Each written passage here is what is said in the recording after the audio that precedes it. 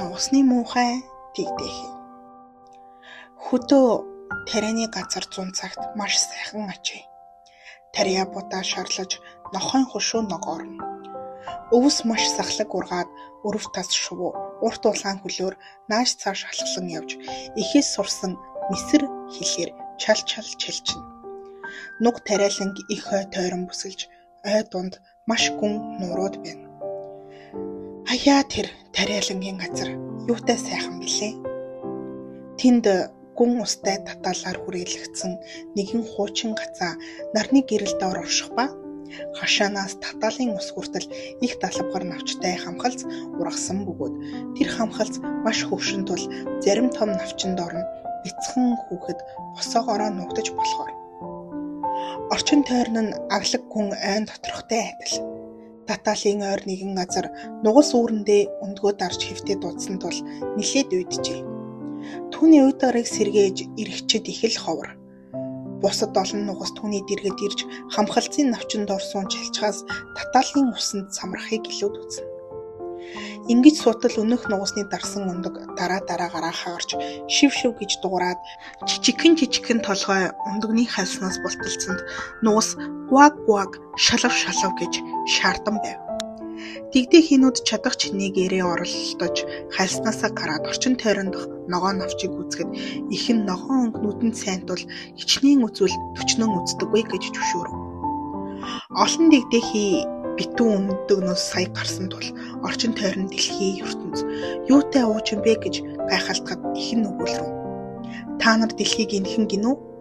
Манай энэ дэлхийг гихч цэцэрлэгийн наад захаас лампны тариалан хүрэн гэв. Мөн тэрээр би тэр хүртэл явж үзээгүй билээ. Та нар бүгд энд байна уу гэд үндийж үзтэл бас нэгэн том өндөгнөөс дэгдэхий гарах үдий харагдав. Юутай удна вэ?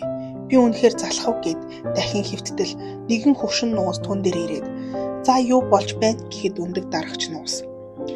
Нэг өндгөл их удаж байна. Одоо хүртэл анцавч гарсангүй. Бусад дэгдэхийг үзэхтэн би юу н ийм сайхан дэгдэхийг өрд үтсэнгүй. Цөм эцгээд урайсан гайхалтай. Тэгтэл тэр муу одоо хүртэл намайг эргэж ирсэнгүй гэхэд хөвшин нуус. Чи тэр хагардаггүй өндгийг надад үзүүл. Тэр лав нэгэн зүйл дахианы өндөг биз. Би нэгэн удаа мэхлэгдэж ихэл зүдэрсэн билээ. Тэр дахианы цурваг уснаас айхтвал усанд оруулах гэж их явцсан билээ гэв. Мөн үргэлжлүүлэн өндөг чинь аль вэ? Надад үзүүл. Хай, энэ өндөг лав миний хэлснээс зайлхгүй. Үүнийг дараад яах вэ? Харин бусад дэгдэхийгээ самархад сургахыг бод. Гисэнд өндөг дарагч нугас өгүүлрэн. Би бас нэг жаахан хэвтээд үзье. Өдий удаан хэвтснээс хойш бас нэг жаахан дараад хэвтээд ядах юу байх вэ гэхэд хөвшин нуус. За тэгвэл өөрөө мэдгээд яв. Тэгж өнөөх том өндөг хагараад шив гэсээр дэгдэхийг гарч ирэв. Би энэ маш том бөгөөд үзшгүй муухай тул их нугас үзэж энэ яасан том хэлбэр галбиргүй муухай дэгдэхий вэ? Бусдаас яасан онтой амтан гарав. Нугас биш юм болов? Мөн бишийг нь үзэндээ усан түлхэж оруулъя гэж бодов. Хойд өдөр нь сайхан дулаан өдөр болж нар их л ээж байв. Нугас дэгдэхийнүүдэд дагуулж татаалын зүг очоод усанд гал хийдэл харааж гуаг гэж дуутахад дэгдэхийнүүд нь хойноос цувран харааж ус руу шумбан орцгов. Нугас түүнийг үзээд өгүүлрүү. Энэ миний хүүхэд болохоос гарахгүй. Түүнийг хөтлөх ажлахыг үзэхтэн хөлөөрөө сайхан сэлж байна. Энэ миний хүүхэд лав мөн гуаг. Хүүхэд маань намайг дагаж явагдав. Би та нарт олныг таниулъя. Надаас битгий холдогтун. Миггүй гэж хизүү дайсан би шүү. Бас хаашаамаагүй явбал хүний хөлдор гიშгдэж магадгүй байдаг тул хичээж явагдав. Би та нарыг нугасны газар аваачиж олон ах дүүнэрт үзүүлэе гэд нугасны газар дагуулan авчирсанд тэнд хоёр айл нугас могой загасны толгойг булаалтан хэрэлдэж байсан тул их л дуу чимээг гарч байв. Тэр шуугилдах самбаанд мэггүй ирээд өнөөх хэрүүлтэй толгойг сэмхэн хулгайлан зугцсан их нугас тэр толгойд мөн санаархад шүүрхийг завдан амаа ангалзуулан өгүүлрүү. Хүүхэд энэ ертөнцийн явдал ийм байдаг шүү. Та нар тэр нэгэн хөвшин нугасны өмнө шалмгаалan очиж хөлөө хөдөлгөн хүзүүгээ бүхэлгэн ёслохтун. Энэ газар тэр нугас хамгийн их нэр хүндтэй бөгөөд Испани угсаатай тул би маш бүдүүн болов. Та нар түүний хүлж зүүсэн улаан бүчийг үзэхтэн. Тэр бол адилтгашгүй сайхан юм бөгөөд манай нугасны олох сошиалын тэмдгийн дээд билээ. Түүнийг зөвлөсөн ханаас харагддаг. Хүн амьтанд шууд танигдана. Сайн сургаалтай дэгдэхий аав ээжээ дуурайж алцайж гიშгдэг. За одоо толгоогоо бүхэж гуаг гэж хэлэх дүн гэсэнд дэгдэхийнүүд ээжийн заасныг дагтал бусад олон нугас үзээд бид энд цөөдөд байсан юм шиг байна. Энэ хэдэн муусаа юм бас энд юунд хурж ирв? Тай. Тэр нэг дэгдэхийн яасан муухай юм бэ? Бид тэрнийг гинт байлгахгүй гэд нэгэн нуус хурж ирээд дэгдэхэн шилэн хүзүүнээс чимхээд авлаа. Их нуус үүнийг үзээд түүнийг битгий шоглохтун. Тэр та нарт юм муу юм хийгээгүй гэхэд чимгсэн нуус. Тийм. Гэхдээ даанч том, даанч хачин муухай тул түүнийг эндээс хөөвөл зохино гэсэнд хөлдөө тэмдэгтээ хөвшин нуус. Өршөөн хөхүүлэх байдал үзүүлэн өгүүлрүү. Юутай сайхан хөөхтөд вэ? Ганцхан л санаанд баахан дутуу болжээ. Үүнийг дахиад нэг дарж үзэхгүй юу гэхэд их нуус өчрөн. Ахаатан тэгэж одоо болохгүй байна. Түүний байдал үзэсгэлэнгүй боловч санаа нь маш сайн. Бас самархад бусдаас дутхгүй. Харин ч баахан илүү гэж бодно. Би санавал өсөж тарнахтай сайхан болох байхаа. Тэр үед би энэ тэгш баг болчих магад. Энэ лав өндгөн дотор удаан хэвцснээс болсон байхаа. Бас ир төрсөн тул царай барагтаж гайгүй бизээ. Үүнд тамирлаг чадaltaй байдал бий тул хойшид биеэ дааж явж чадах бизээ гişүн төвшин нуус. Бусад дэгдэхээ цөм хөөрхөн байна. Та нар энд гэртээ байсан шүү байх дүү. Могоо заосны толгой олбол надад авчирч өгч болно гэхэд нугасныг дэгдэхийнүүд гэртээ байгаа мэд тухалж байлаа. Гагцхан өндөгнөөс хамгийн сүлд гарч царай мут болсон хөөрхий тэр нэгэн дэгдэхэл нугас байтугай дахиад ч хүртэл түлхүүлж туншуулан хөөгдөв. Бүгдээр түүнийг чи том гэж хөнө. Хөөрхий дэгдэхий шингэх багтах газар олж ядан олон нугасны шодог болж шовдрлогдов. Анхандаа ийм байсан нь хойш улам лавширч амтан бүхэн түүнийг хөнө. Ах нар эгч нар нь ч түнд муухай ашлан муу залэг чамаг мэггүй байраасай гэж зүгнэ. Их нь бас түүнийг надаас холдож зайлаасай гэв. Муухай дэгдэхийг нугас чимхэн зодож дахиад туншин атлах бөгөөд түүний шувууг тижээгч шивгчинж өшөгчөн хөөгтөл үргэлж зүгцаар хашаа даван нисэн гарав. Хашаанаас ингэж даван гарсанд ойр шуугад байсан олон бэлцуухайч түүнээс цочиж үргэн нисэн. Эд миний муухайгаач цочсон биз гэж нүдэн анж гүйсээр зэрлэг нугас суух нэгэн их намагт хүрээд тэрхүү намагтаа хөвтөж хонов. Өглөө зэрлэг нугас босож түүнийг үзээд чи хаанаас ирв гэж асуугаад дэгдэхий түн рүү чадах чинэгээрээ явсалсанд яасан муухай амтан бэ гэхэд гэхдээ манайхантай гэрлэхгүй бол чиний муухай хинт хамаатай билээ гэв. Хөөрхий дэгдэхэд гэрлэх тухай бодол яахан байх билээ дээ. Хулсанд хөвтөж намгийн ус суухыг зөвшөөрбөл дээд заяа гэж бодсон тэрээр тэндээ 2 өдөртөө хөвтөн унжиж байтал 2 зэрлэг галуу нисэж ирэв. Тэр 2 сая өндөгнөөс гарсан тул их л хөхөлдөн чи царай муутай нэг л сонин үзэгдэж бидний санаанд нийцв. Бидэнтэй нийлж нүүдлийн шувуу бол энүүхэн намагт хөөрхөн гिचэн гуаг гэж чалчдаг хитэн цэвэрхэн охин нугас бий. Чи хэдий муухайч тэнд очивол нэгэн учир бий гэтэл гэрэл буундуу тасгийж 2 галуу хулсан дунд өглөө дунаж ус улаанаар эргэлдэв. Дахин буу тасгийж олон зэрлэг галуу хулсан дундаас тэгдэн ниссэнд дарийн хөх утаа усан дээгүр үнээр татуулв. Гөрөөч ноход намгаар гүйлдэн хулс зэгс зүг бүрт хөдлөн найгсанд тэгдэхий айж тэргүүндээ жигүүрийн дор нуугдав. Гэтэл нэгэн аимшигтэй нохой гарч ирэн урт улаан хиллээ унжуулан соёо шүдэ арзаалахын тэгдэхийд тулаад ирснийг гинэт буцжээ. Тэнгэр минь миний би маш муухай тул нохооч халдаж зүрхлэхгүй байна гэж бодон хулсан дотор хэвтэх нугасны муухай тэгдэхийн дээгүүр буун дунд зогсолтгүй дуурч сун шун ниснэ.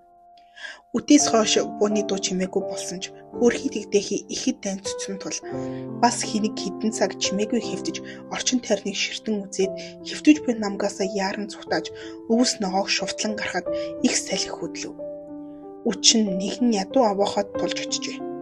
Тэр муу аваахай маш хуучран өмгөрч ялцарсан боловч хараахан унах болоогүй байв.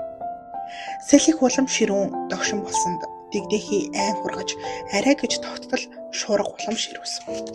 Гэтэл овоохон үүдний нэгэн цөм мултарч дотог шурган орж болмоор завсар гарсныг үзээд дэгдэхий үг дуугай шурган оров. Овоохоо дотор дахиа мэггүй 2 бас нэг эмгэн байв. Тэр эмгэн мэгүүга хүү гэж дуудана. Тэр мэггүй нурыгаа гүдээлгэн хүрхэрч чадах бөгөөд үсийг нь сүргүүлэн илбэл бас оч гаргаж чадна. Тахианд богинохон бяцхан хөлтэй тул богино ширт гэж нэрлэгдэнэ. Өндөглөхөд сайн тул эмгэн тэр тахиаг төрсөн хүүхэд мэт хайрлана. Гаднаас ирсэн эдэхийг үзээд тахиа дугарч муур хүрхэрсэнд эмгэн юу болов гэж ийш тийш хартал нүдэн муутвал нуусны муухай дэгдэхийг үзээд тарган юм нуус гэж андуурна их л олзуурхав. Би одоо нуусны өндөгтэй болов. Одоо ганц ир нуустай болоодох юмсан гэж боджээ. Муур тахиа хоёр бие биенээ энэ гэрийн ирээм эзэн гэж үздэг байжээ. Нуусны дэгдэхэд харин энэ талаар өөр санал бий боловч тэд түүнийг нь хүлээн зөвшөөрөхгүй нь лавтай бизээ. Нуусны дэгдэхэд тахиа ингэж хэлжээ. Чи өндгөлж чадахгүй бол амаа татж байгаарай гэв. Нуусны муухай дэгдэхэд бас муур нь ингэж хэлжээ. Чи нураагаа гүдэлгэж байгаад хөрхөрч үсийг чинь сөргүүлэн элбэхэд оч гаргаж чадахгүй бол цэцэн мэрэгдэнд иргэд чамд үг хэлэх хэрэг байхгүй шүү гэв. Нуусны дэгдэхий булан чурхан орж үг дуугүйсэн. Нэг удаа гинэт усанд орж самрах хүсэл түнс төржээ. Энэ тухайга дахианд хэлтэл дахиа өгүүлрүү. Чи юу болов? Хийх юмгуудад дэмэрч байна уу? Зүгээр дуугүй өндөглөл өндөглөөрэй. Өндөглөхгүй бол ядаж муур шиг хүрхэр. Тэгвэл дэмий юмс бодож суухгүй болно гэсэн дэгдэхийг хэлв. Хаяа, усан цамраа шумбах шиг сайхан юм хаана байна гэсэн дахиад онгтон өгүүлв. Юун сайхан байна? Чи галзуур буу? Самрах шумбахад сайхан гин. Чи над муураас асуу. Миний мэдхийн хамгийн цэцэн муур нь билээ. Чи түүнээс асуу. Бас миний эзэн эмэгнээс асуу. Дэлхий дээр түн шиг цэцэн хүн байхгүй. Чи миний эзнийг усан домбох шумбах дуртай гэж санана уу гэвэл дэгдэхий. Чи миний санааг ойлгохгүй байна гэсэнд дахиа өгүүлв. Бид чиний санааг мэдэхгүй бол өөр хэм мэдэх билээ. Чи миний эзэн эмгэн муур хоёроос илүү цэцэн байж чадна гэж санаа юу? Битгий илүү зан гарга. Чамд сайн байсныг санаж аж тусад минь бишэр. Чи дулаан гэр оронтой болж юм сурахтайгаа болсон биш үү? Би үүнийг чамд сайн санаанаас хэллээ. Чи ирэхгүй өндөглөд сур. Эсвэл хүрхэрч сур. Эсвэл оч гаргаж сур гэсэнд тэгдэхээ өгүүлрүү. Би санавал дэлхийг хэсэж явах дээр болов уу гэжээ. Тэгвэл чи явахгүй юу? Хэмээн дахиад тунд омогдов. Тэгдэхэж гарч яв. Гараад усанд орж самарч чумбаж явхад олон амьтан түүнийг муухай гэж жигшин зайлж байв. Намар болоход ой модны навч шарлаж салхинд хийсэн унаж хүүтэн чихүүн болж ирэхэд хөрхий дэгдэхий хил зүтрв. Нэг өдөөш ургасан дотроос маш сайхан том шувуудын сүрэг гарч ирв. Үзвэл хүзүү урт бөгөөд уяхан цөм цасан адил цагаан өнгөтэй ажээ. Дэгдэхий урд нь тийм шувуудыг үзээгүй тул их л гайхав. Тэр бол хун шувууны сүрэг байв. Хун шувуудын сүрэг маш сониноор дуурч сайхан том жигүүрээ дэлгэн дэвсээр гадаад далайн тэртех дулаан орны зүг нисэн оджээ. Үүнийг үзээд нуусны муухай дэгдэхийн дотор жигтэй сонин болж хунгийн сүргийн хойноос дугарсан өөрийнхөө дууг сонсоод цочин гайхав. Тэр сайхан шувууд далд орсон тул дотроо тэднийг мартахыг хичээн усны ёроолд хөтөл шумбан орж дахин дээш хөвөн гарч байв. Тэрээр тэдгэр шувуудын сүрэгт өчүүхэн чатаархсангүй. Харин өөрийн биеийг ийм сайхан болоосэй гэж санав. Хөрхий тэр муухай амьтан түүнийг олон нуус хүлцэн үзэж жигшихгүй бол бярын дээд гэж бодно. Өвөл болж хүйтний чанарав. Дэгдэхий усан чумбан шумбаж самрам усанд хадагдахгүй тулд үргэлж хөдөлсөөр байсан боловч яалтчгүй мөсний дор орж зарцав. Түүнийг хажуугаар нөнгөрч явсан тариачин олж хараад дэрэгдэн очиж мотор мөсийг нь хэмэгчин дэгдэхийг их нартай авчиж өгчээ. Дэгдэхий ингэж дахин амьдрав. Тариачны хүүхэд дэгдэхийтэй тоглох гэж оролдов. Дэгдэхээ шовлон тамлуулахаас айж хүүгээс яран сандран зүгтаатал сүйтэй хоног дотор орчих. Гэрээр дөрөн сүү асгарлаа. Гэрийн эзэгтэй гараа сарвалзуулан занаж дэгдэхийг хөлөө. Айн сандарсан дэгдэхээ тостой тавг дотор орчоод гарах гэж ухсгээд л гурилтэй сав руу орчихсон тэр. Тэндээсээ бөөн гурил болсон муухай юм гарч ирэхэд гэрийн эзэгтэй хашгиран харааж галын хачаар зохих гэж хөв. Үүнийг хараад хүүхдүүд шуугилдан гүйлдэж их л хөөрөн баярлалтав. Шанаар хаалга нээлттэй байсан тул хөрхий дэгдэхээ санд мэдгүй гарч шугуй руу ороод сая орсон цасан дээр хэсэг хөвтөв. Өвлийн хатуу бэрх цагт хөрхий нуусны дэгдэхийн учирсан зовлон бүгдийг тоочин өгүүлбэл их л өрөвдөлтэй тул түүнийг эндүл өгүүлэн цааш өгүүлэхэд хаврын сайхан цаг ирж нарны илч наршлан хөө шууд жиргэх цагаар нуусны дэгдэхий намагтаа хулц зэгсний дунд амьдран сууж байв. Энэ үед Гэнэт түүний жигүүр тэлэгдэн нэгдэж урдхаасаа улам чадалтай шаламгаагаар хөдлөн нисэж эхлэв. Энэ нэрчээрээ ниссээр Тэгдэхий маш сайхан цэцэрлэгт буужээ. Тэр цэцэрлэгт Алмурадын модод голт борын цэцгээс найхан түргэн урсгалт гол мяралзан тунч үзэсгэлэнтэй сайхан байв. 3 сайхан хүн шувуу тэрхүү голын усан төвсөөр Тэгдэхийн өмнөөс очив. Тэгдэхий нодон харсан шувууд мөн болохыг таних баярлаад өмнөөс нь зөрөгтэй нисэн очлоо.